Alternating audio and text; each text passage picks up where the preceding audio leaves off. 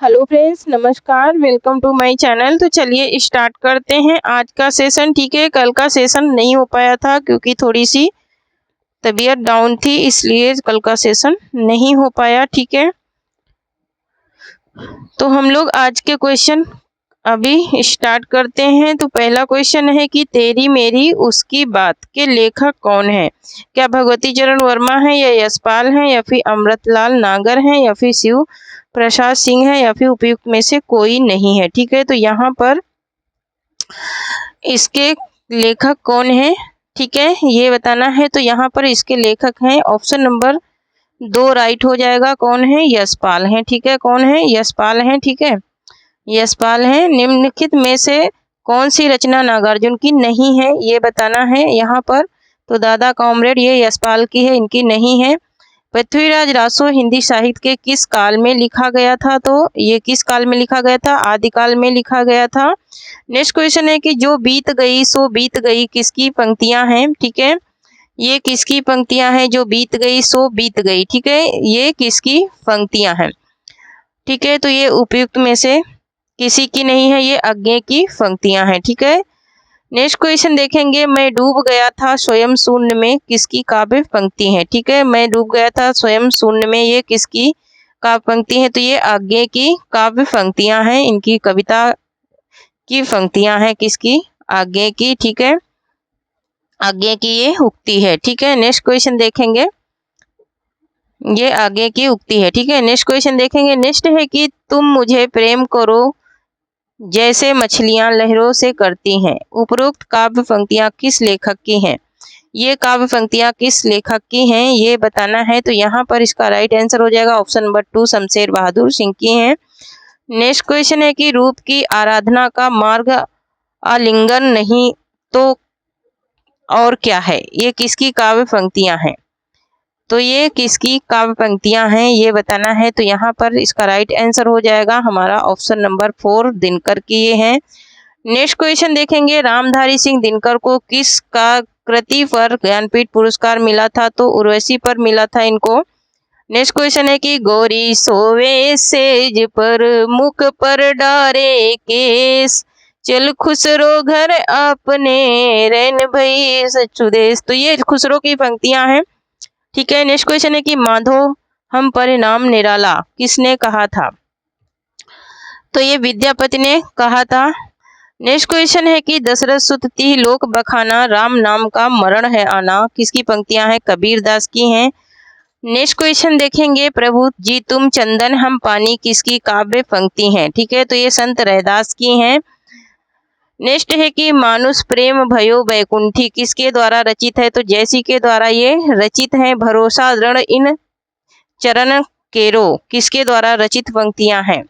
ये किसके द्वारा रचित पंक्तियां हैं? तो ये सूरदास द्वारा रचित पंक्तियां हैं। हम लोग फटाफट करेंगे क्योंकि 100 क्वेश्चन का हमारा आज का क्लास है। नेक्स्ट क्वेश्चन है कि पर पीड़ा सम नहीं, तो ये तुलसीदास की पंक्तियां हैं। ठीक है, नेक्स्ट क्वेश्चन देखेंगे, संतन को कहा सीकरी सो काम आवत जात पनैया टूटी विसर गयो हरिनाम कुंभन दास ने ये लिखा था, कहा था। ठीक है, नेक्स्ट क्वेश्चन है कि निम्नलिखित में से कौन सा कवि रीतिबद्ध धारा का नहीं है? तो बिहारी रीति सिद्ध के हैं, रीतिबद्ध के नहीं है। निम्नलिखित में से तार सप्तक के कवि नहीं है।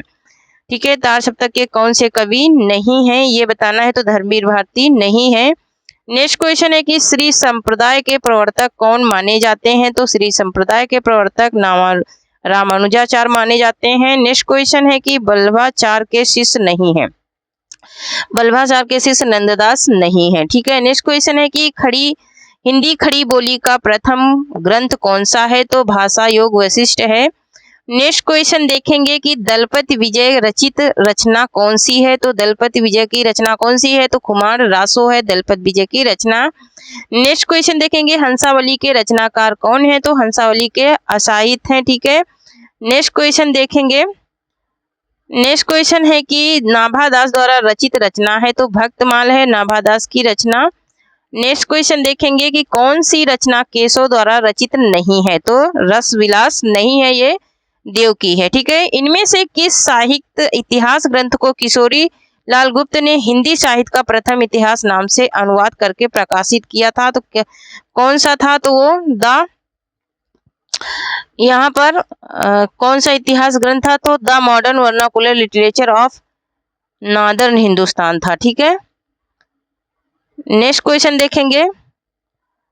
नेक्स्ट क्वेश्चन है कि त्रिलोचन शास्त्री के अनुसार रीतिकाल को क्या संज्ञा दी गई? ठीक है, रीतिकाल को क्या संज्ञा दी गई थी? तो अंधकार काल संज्ञा दी गई थी इनके द्वारा। रामचंद्र शुक्ल का हिंदी साहित्य का इतिहास मूलतः किस कृति की भूमिका के रूप में लिखा गया? तो हिंदी शब्द सागर के रूप में लिखा गया। नेक्स्ट क्वेश्चन देखेंगे, निम्नलिखित में से किसने हिंदी साहित्य का इतिहास नहीं लिखा? तो हजारी प्रसाद द्विवेदी ने नहीं लिखा। नेक्स्ट क्वेश्चन है कि कविता का विषय मनोरंजन एवं उपदेश जनक होना चाहिए, महावीर प्रसाद द्विवेदी ने कहा था। ठीक है, नेक्स्ट क्वेश्चन है कि हिंदी साहित्य और संवेदना का विकास किसके द्वारा रचित इतिहास ग्रंथ है? तो ये डॉक्टर रामस्वरूप चतुर्वेदी के द्वारा लिखित है। ठीक है, नेक्स्ट क्वेश्चन है कि खड़ी बोली हिंदी का प्रथम कवि कौन माना जाता है? तो खड़ी बोली हिंदी का प्रथम कवि किसको माना जाता है? तो यहाँ पर इसका राइट आंसर हो जाएगा हमारा क्या? इसका राइट आंसर हो जाएगा हमारा ऑप्शन नंबर 1 हो जाएगा। ठीक है, ऑप्शन नंबर 1 हो जाएगा। अमीर खुसरो को माना जाता है। किसको माना जाता है? अमीर खुसरो को माना जाता है। ठीक है, नेक्स्ट क्वेश्चन है कि भाषा की जड़ पुष्पदंत को किसने कहा? भाषा की जड़ पुष्पदंत को किसने कहा है, ये बताना है। तो यहाँ पर इसका राइट आंसर क्या हो जाएगा? इसका राइट आंसर हो जाएगा हमारा क्या? ऑप्शन नंबर ए हो जाएगा, शिव सिंह सेंगर ने कहा। नेक्स्ट क्वेश्चन देखेंगे, पृथ्वीराज रासो में प्रमुख रस कौन सा है? ठीक है, पृथ्वीराज रासो में प्रमुख रस कौन सा है, ये बताना है। तो यहाँ पर इसका राइट आंसर क्या हो जाएगा? तो इसका राइट आंसर हो जाएगा पृथ्वीराज रासो में तो वीर और श्रृंगार रस दोनों हैं। ठीक है, नेक्स्ट क्वेश्चन है कि हिंदी में किस कवि को राजशेखर की उपाधि से अलंकृत किया गया?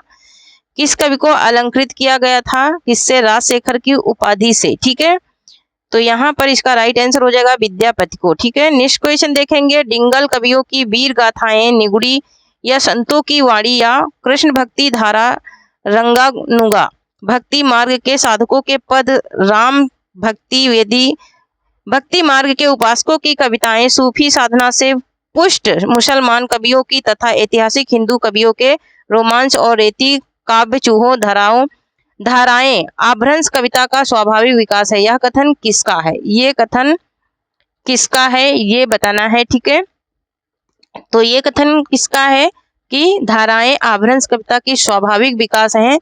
तो ये हिंदू और कौन से हिंदू कवियों के रोमांस और रीति काव्य की धाराओं के क्या है आभ्रंश कविता का स्वाभाविक विकास। ये हजारी प्रसाद द्विवेदी का क्या है? कथन है। जो लोग हमारे कथन की वीडियो नहीं देखे हैं जाकर मेरे चैनल पे देख लें।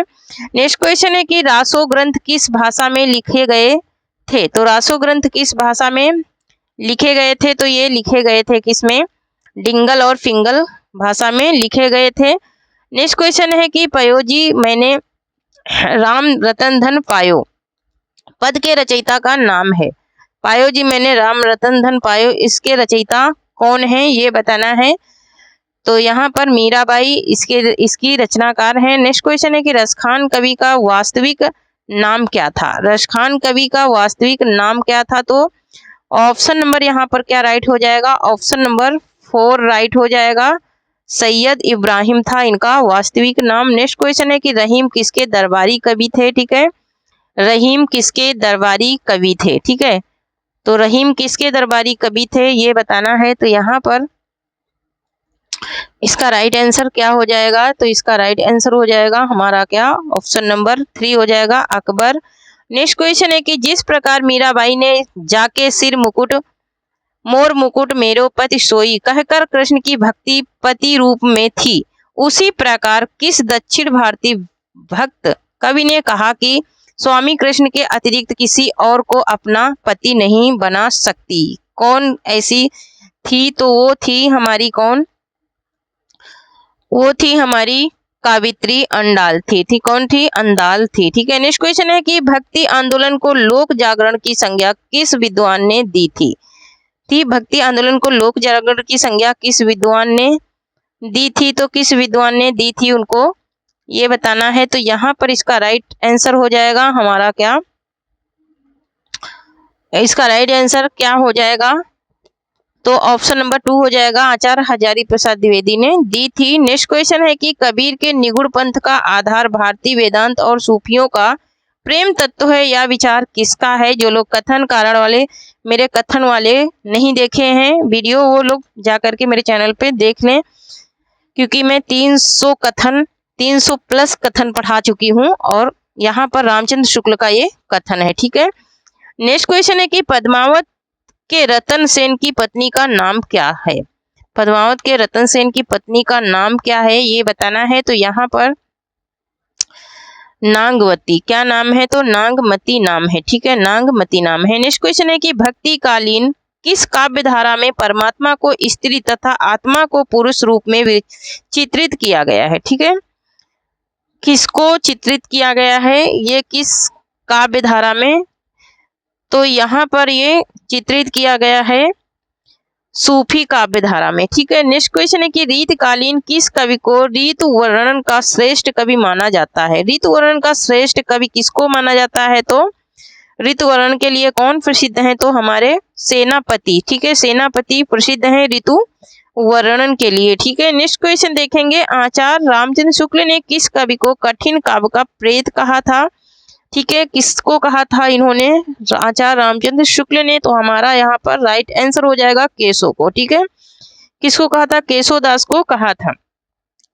नेक्स्ट क्वेश्चन है कि यहाँ आंख बड़ी बला है, आना जाना मना है, यह किसने लिखा है? ठीक है, ये किसने लिखा है? तो यहाँ पर इसका राइट आंसर क्या हो जाएगा?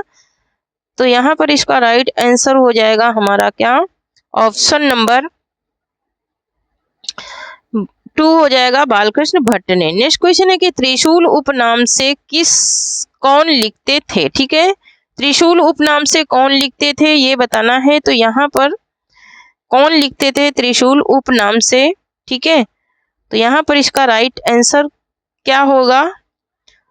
ठीक है, तो ये सारे उपनाम वाले वीडियो भी मेरे चैनल पे आप लोगों को मिल जाएंगे। ठीक है, कंटेंट में जाइए, कंटेंट में आप लोगों को मिल जाए। गया प्रसाद शुक्ल स्नेही का था त्रिशूल उपनाम से ये लिखते थे। ठीक है, नेक्स्ट क्वेश्चन है कि आज यही पावन समाधि पर दीप जलाने आया हूँ किसके द्वारा रचित काव्य पंक्तियां हैं ना? आज यही पावन समाधि पर दीप जलाने आया हूँ, किसकी पंक्तियां हैं? तो श्याम नारायण पांडे की ये पंक्तियां हैं। नेक्स्ट क्वेश्चन है कि योग दर्शन के प्रवर्तक कौन माने जाते हैं? ठीक है, योग दर्शन के प्रवर्तक कौन माने जाते हैं, ये बताना है। तो यहाँ पर योग दर्शन के प्रवर्तक माने जाते हैं कौन? पतंजलि माने जाते हैं। ठीक है, नेक्स्ट क्वेश्चन है कि अग्रदास के गुरु कौन माने जाते हैं? तो अग्रदास के गुरु कौन माने जाते हैं? तो यहाँ पर इसका राइट आंसर क्या हो जाएगा? तो अग्रदास के गुरु किसको माना जाता है? तो नाभा दास को। ठीक है, किसको माना जाता है? नाभा दास को माना जाता है अग्रदास का गुरु। ठीक है, तो 50 क्वेश्चन कंप्लीट हो गए हैं। अभी आप लोग थोड़ा सा लाइक और शेयर कर दीजिए। ठीक है, लाइक शेयर करने में कोई खर्चा नहीं है। ठीक है, तो यहाँ पर नेक्स्ट क्वेश्चन है हमारा 52 नंबर क्वेश्चन है कि निम्नलिखित में से कौन सा कवि तीसरे तार सप्तक का है? ठीक है, कौन सा कवि है जो तीसरे तार सप्तक का है, ये बताना है। तो यहाँ पर इसका राइट आंसर हो जाएगा प्रयाग नारायण त्रिपाठी, ये तीसरे तार सप्तक के हैं। ठीक है, नेक्स्ट क्वेश्चन है कि हित हरिवंश किस संप्रदाय के प्रवर्तक माने जाते हैं? हित हरिवंश किस संप्रदाय के प्रवर्तक ये माने जाते हैं? तो ये इसका राइट आंसर हो जाएगा ऑप्शन नंबर 4, राधा वल्लभी संप्रदाय के माने जाते हैं। नेक्स्ट क्वेश्चन है कि प्रगतिवादी कवि कौन नहीं है? ठीक है, प्रगतिवादी कवि कौन नहीं है, ये बताना है। तो प्रगतिवादी कवि कौन नहीं है? ठीक है, तो स्मितानंद पंत ये प्रगतिवादी कवि नहीं है, ये प्रकृतिवादी कवि है। ठीक है, नेक्स्ट क्वेश्चन है कि पहला व्यास सम्मान किस रचनाकार को दिया गया ना? मोस्ट इंपोर्टेंट है। ठीक है, व्यास सम्मान किसको मिला था पहला? हमारा जो व्यास सम्मान वाला कंटेंट वाला वीडियो है जाकर के देख लीजिए, सब कुछ क्लियर हो जाएगा। डॉक्टर रामविलास शर्मा को मिला था पहला। ठीक है, कब मिला था? तो भाषा के परिवार और हिंदी के लिए 1991 में इनको मिला था, ठीक है, इनकी इस रचना के लिए। और संपूर्ण व्यास सम्मान अगर आपको पढ़ना है तो मेरे चैनल पे जाइए, वहां पे आपको मिल जाएंगे। नेक्स्ट क्वेश्चन है, संस्कृत के 4 अध्याय किसकी रचना है और इस पर कौन सा पुरस्कार प्राप्त हुआ, ठीक है। तो संस्कृत के 4 अध्याय ये रामधारी सिंह दिनकर की रचना है, इनको साहित्य अकादमी पुरस्कार प्राप्त हुआ था संस्कृत के 4 अध्याय पे, ठीक है। कौन सा पुरस्कार मिला था, तो साहित्य अकादमी मिला था। नेक्स्ट है कि भूषण बिनु न विजराई कविता वनिता मित्र उपरोक्त पंक्तियां किसके द्वारा रचित हैं। ये पंक्तियां किसके द्वारा रचित हैं, मोस्ट इंपोर्टेंट पंक्तियां हैं, ये बार बार पूछी जाती हैं, ठीक है, बार बार ये पंक्तियां पूछी जाती हैं और ये किसके द्वारा रची गई हैं, ठीक है। तो ये केशवदास द्वारा ये लिखी गई पंक्तियां हैं। नेक्स्ट क्वेश्चन देखेंगे। नेक्स्ट है कि मैंने उसको जब जब देखा लोहा जैसे तपता देखा, गलते देखा, ढलते देखा, किसके द्वारा रचित काव्य पंक्तियां हैं। ये किसके द्वारा रचित काव्य पंक्तियां हैं ये बताना है। लोहा कविता से ली गई हैं और आप बताइए। अब मैंने इतने हिंट दे दी, केदारनाथ अग्रवाल की ये पंक्तियां हैं, ठीक है। नेक्स्ट क्वेश्चन है कि इंग्लैंड का पेट कभी यूं ही खाली था, उसने एक हाथ से अपना पेट भरा और दूसरे हाथ से उन्नति के कांटों को साफ किया, किसने कहा है। ये कथन किसने कहा है ये बताना है।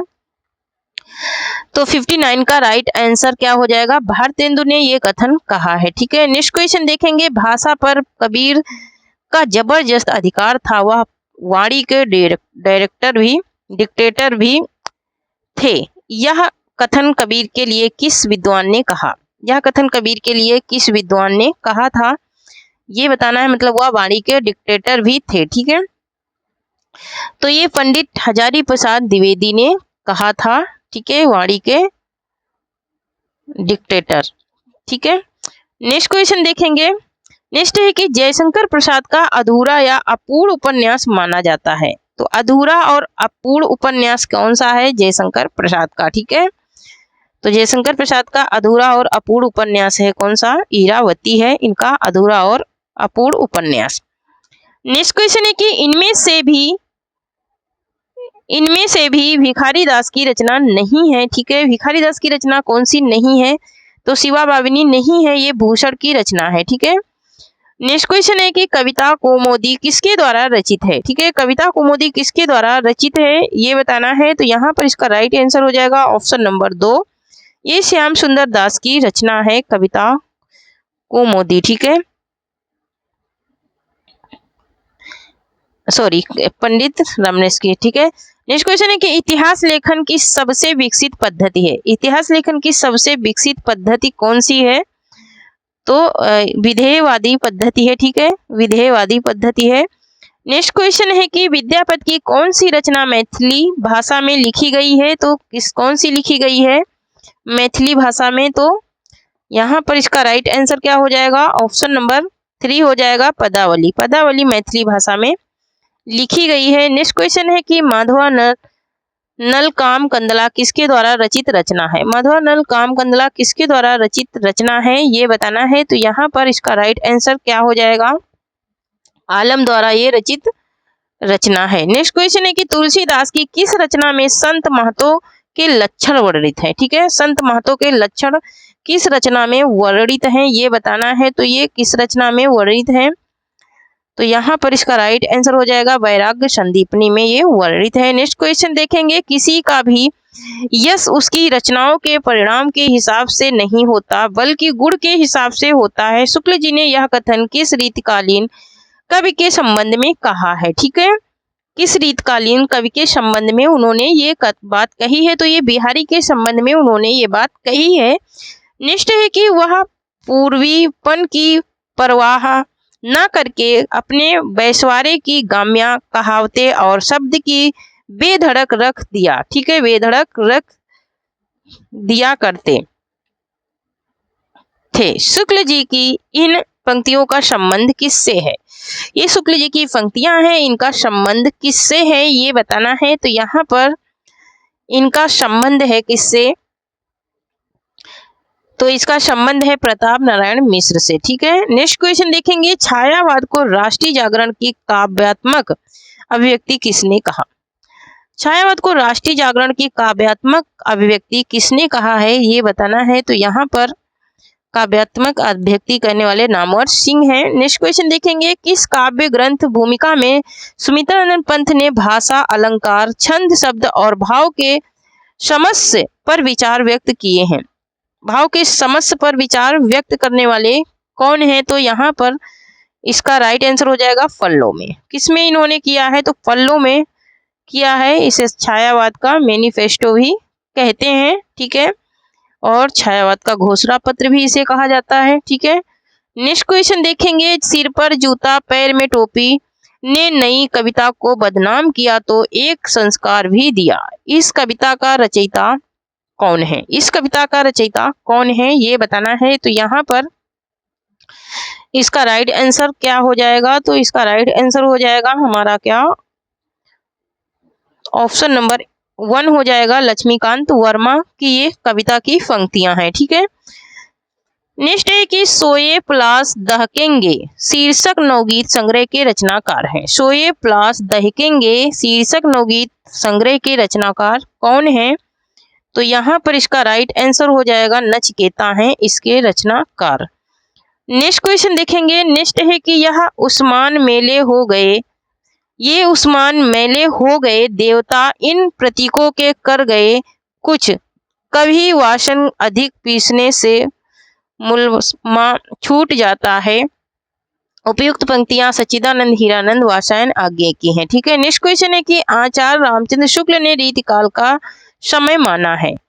आचार्य रामचंद्र शुक्ल के अनुसार रीतिकाल का समय क्या है, ये बताना है। तो यहाँ पर इसका राइट आंसर हो जाएगा हमारा क्या, तो उसने 1700 से 1900 समय माना है रीतिकाल का। यहाँ पर आदिकाल को वीरगाथा काल कहा उन्होंने, 1050 से 1375 माना, और पूर्व मध्यकाल भक्तिकाल को कहा है तो 1375 से 1700 माना है, और उत्तर रीतिकाल 1700 से 1900, आधुनिक काल का उन्होंने गद्यकाल नाम दिया था, और 1900 से 1984 माना है। ये समय है इनके आचार्य रामचंद्र शुक्ल के अनुसार।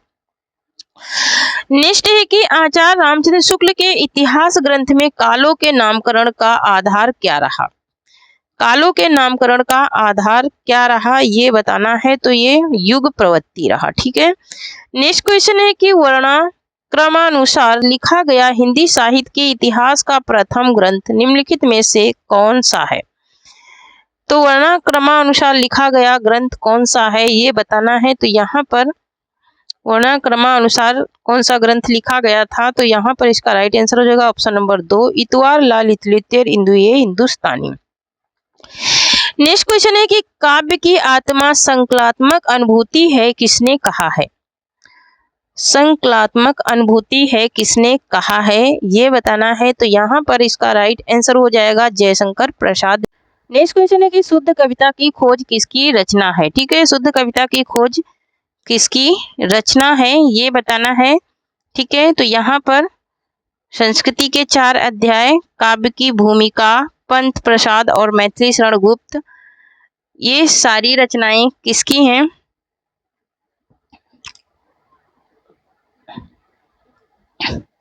ये आप लोगों को बताना है, ठीक है। ये आंसर आप लोगों को कमेंट में ऑफलाइन बताना है, ठीक है। ये जो रचनाएं नीचे दी हैं, ठीक है, ये रामधारी सिंह दिनकर की रचना है, ठीक है। नेक्स्ट क्वेश्चन देखेंगे, शिव सिंह सरोज का रचना काल है। शिव सिंह सरोज कौन से सन में लिखा गया है? तो ये लिखा गया है हमारा किसमें? तो यहाँ पर इसका राइट आंसर हो जाएगा हमारा क्या,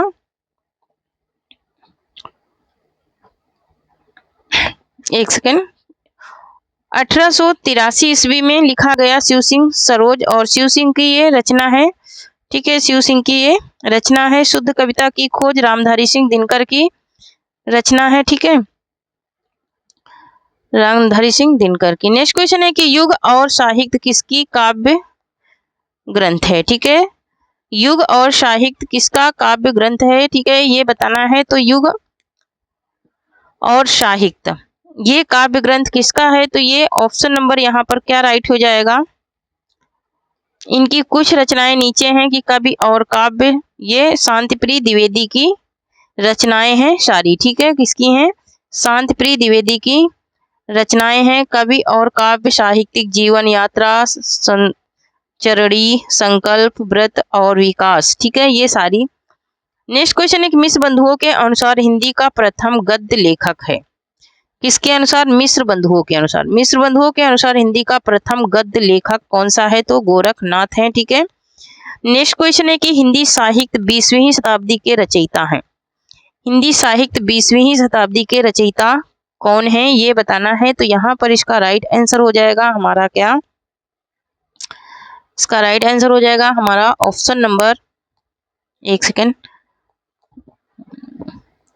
ऑप्शन नंबर 2 हो जाएगा, नंदुलारे वाजपेयी हैं। नेक्स्ट क्वेश्चन है कि जैसे पुराना चावल ही बड़े आदमियों के खाने योग्य समझा जाता है, वैसे ही अपने समय में कुछ पुरानी पड़ी हुई परंपरा के गौरव से युक्त भाषा ही पुस्तक रचने वालों के व्यवहार योग्य समझी जाती थी। रामचंद्र शुक्ल का उपयुक्त कथन हिंदी साहित्य का इतिहास के आदिकाल के किस प्रकरण में है? ठीक है, ये किस प्रकरण में है? ये रामचंद्र शुक्ल ने लिखा था अपने इतिहास ग्रंथ में, और ये किस प्रकरण में है? तो ये चौथे प्रकरण में है, ठीक है। नेक्स्ट है कि अंग्ला भाषा में लिखा गया हिंदी साहित्य का इतिहास स्केच ऑफ हिंदी लिटरेचर के लेखक हैं। स्केच ऑफ हिंदी लिटरेचर के लेखक कौन है, ये बताना है। तो यहाँ पर इसका राइट आंसर हो जाएगा हमारा ऑप्शन नंबर 2 हो जाएगा, पादारी एडविन गिब्स हैं, ठीक है। नेक्स्ट क्वेश्चन है कि यद्यपि मैं खुद उर्दू का बड़ा पक्षपाती हूँ, लेकिन मेरे विचार में हिंदी को विभाषा या बोली कहना उचित नहीं है, यह कथन किसका है? यह कथन किस विद्वान का है, ये बताना है। तो यहाँ पर ये कथन किस विद्वान का है, ये बताना है। यहाँ पर इसका राइट आंसर हो जाएगा ग्रासादा तासी का है, ठीक है। नेक्स्ट क्वेश्चन देखेंगे। नेक्स्ट क्वेश्चन है कि राम और सीता के विवाह के अवसर पर किस कवि ने मिथिला की स्त्रियों से गौरी गीत गवाया था? तो केशव दास ने रामचंद्रिका में 1901 की रचना है, ठीक है, रामचंद्रिका में इन्होंने गवाया था, ठीक है।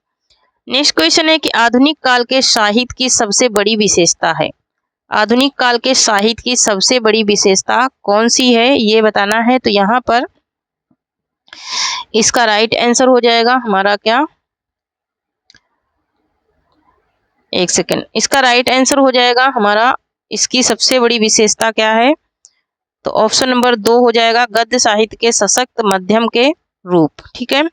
नेक्स्ट क्वेश्चन है कि कविता के लिए खड़ी बोली के पक्ष में आंदोलन की शुरुआत की थी। किसने की थी कविता के लिए खड़ी बोली के पक्ष में आंदोलन की शुरुआत? तो किसने की थी?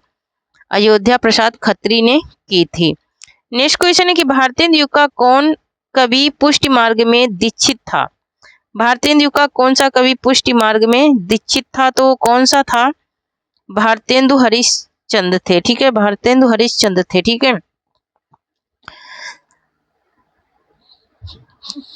हिंदी साहित्य के पितामह भी इन्हें कहा जाता है, नवजागरण का अग्रदूत भी इन्हें कहा जाता है, किसको? भारतेंदु को, और पुष्टि मार्ग का दीक्षित भी इन्हें कहा जाता है, ठीक है। नेक्स्ट क्वेश्चन है कि गंगा अवतरण किसके द्वारा रचित रचना है? गंगा अवतरण किसके द्वारा रचित रचना है? ब्रजवासी कवि द्विवेदी युगीन माने जाते हैं, ठीक है, तो जगन्नाथ दास रत्नाकर द्वारा रचित है, ठीक है। नेक्स्ट क्वेश्चन है कि द्विवेदी युग का वह साहित्यकार जिसको कविता कामिनी, कांत, भारतेंदु, प्रगेंदु, साहित्य सुधाकर उपाधि से विभूषित किया गया था, वो कौन थे, ये बताना है। तो यहाँ पर इसका राइट आंसर क्या हो जाएगा? तो इसका राइट आंसर हो जाएगा हमारा क्या, तो किसको साहित्य सुधाकर की उपाधि मिली थी? नाथूराम शर्मा शंकर को मिली थी साहित्य सुधाकर की उपाधि। नेक्स्ट है कि गुणवंत हेमंत किसके द्वारा रचित रचना है? गुणवंत हेमंत किसके द्वारा रचित रचना है, ये बताना है। तो यहाँ पर श्रीधर पाठक की ये रचना है। नेक्स्ट क्वेश्चन है कि उज्जवल वरदान चेतना का सौंदर्य जिसे सब कहते हैं, जिससे अनंत अभिलाषा के सपने सब जगाते रहते हैं, प्रस्तुत पंक्तियां कामायनी के किस सर्ग से उद्गृत है? मतलब किस सर्ग से ली गई है? तो लज्जा सर्ग से ये ली गई हैं। जयशंकर प्रसाद की ये रचना है कामायनी, ठीक है। नेक्स्ट क्वेश्चन है कि यहाँ ये है इनके सर्ग चिंता, आशा, श्रद्धा, काम, वासना, लज्जा, कर्म, ईर्षा, इंदा, स्वप्न, संघर्ष, निर्वेद, दर्शन, रहस्य, आनंद, ठीक है। यही इनके क्या है सारे सर्ग हैं, ठीक है। नेक्स्ट है कि मुक्त बोध की प्रसिद्ध कृति चांद का मुंह टेढ़ा है किस भूमिका की विलक्षण प्रतिभा शीर्षक से किसने लिखी है, ठीक है। ये भूमिका एक विलक्षण प्रतिभा शीर्षक से किसने ये लिखी है, तो शमशेर बहादुर सिंह ने लिखी है। नेक्स्ट क्वेश्चन है कि हिंदी कविता में फ्रेंटेंसी का मकर प्रयोक्ता है, ठीक है। मकर प्रयोक्ता कौन है ये बताना है, तो यहाँ पर इसका राइट आंसर हो जाएगा हमारा क्या, ऑप्शन नंबर 2 हो जाएगा मुक्ति बोध, ठीक है। नेक्स्ट क्वेश्चन है कि इस कविता में सृजन संबंधी चिंतन है किसमें है, ये सारी कविताएं हैं असाध्य बीड़ा, ब्रह्म राक्षस, मोचीराम, तो असाध्य बीड़ा में, ठीक है। असाध्य बीड़ा ये आगे की रचना है काव्य। किस कविता में शहरी जीवन पद्धति के दंभ पर कटाक्ष किया गया है, ठीक है, तो ये हरी घास पर क्षण पर, ठीक है। नेक्स्ट क्वेश्चन है कि निम्नलिखित में से किसका संबंध प्रयोगवाद से नहीं है, तो यहाँ पर स्वच्छंदतावाद का संबंध प्रयोगवाद से नहीं है। ये छायावाद का इसका संबंध है, ठीक है, इसका संबंध छायावाद से है, प्रयोगवाद से नहीं है, ठीक है। नेक्स्ट क्वेश्चन देखेंगे। नेक्स्ट है कि पाउमचर्यू किसकी रचना है, तो ये स्वयंभू की रचना है पाउमचर्यू, ठीक है, किसकी रचना है, ये स्वयंभू की रचना है। तो थैंक यू फ्रेंड्स, आज के लिए इतना ही, तब तक के लिए जय हिंद जय भारत। अभी तक जो लोग सेशन को शेयर नहीं करे हैं प्लीज़ शेयर कर दीजिए, और जो लोग चैनल को सब्सक्राइब नहीं करे हैं प्लीज़ सब्सक्राइब कीजिए, क्योंकि 91 लोग इसमें से जो कि सब्सक्राइब नहीं किए हैं, सिर्फ वीडियो देखते हैं, सब्सक्राइब नहीं करते हैं, ठीक है। तो ऐसे हमारे पास सिर्फ 9% लोग हैं जो सब्सक्राइबर हैं, और 91% लोग ऐसे हैं जो वीडियो सिर्फ देखते हैं और सब्सक्राइब नहीं करते। तो प्लीज़ सब्सक्राइब कीजिए, सब्सक्राइब करने में कोई भी पैसा नहीं लगेगा।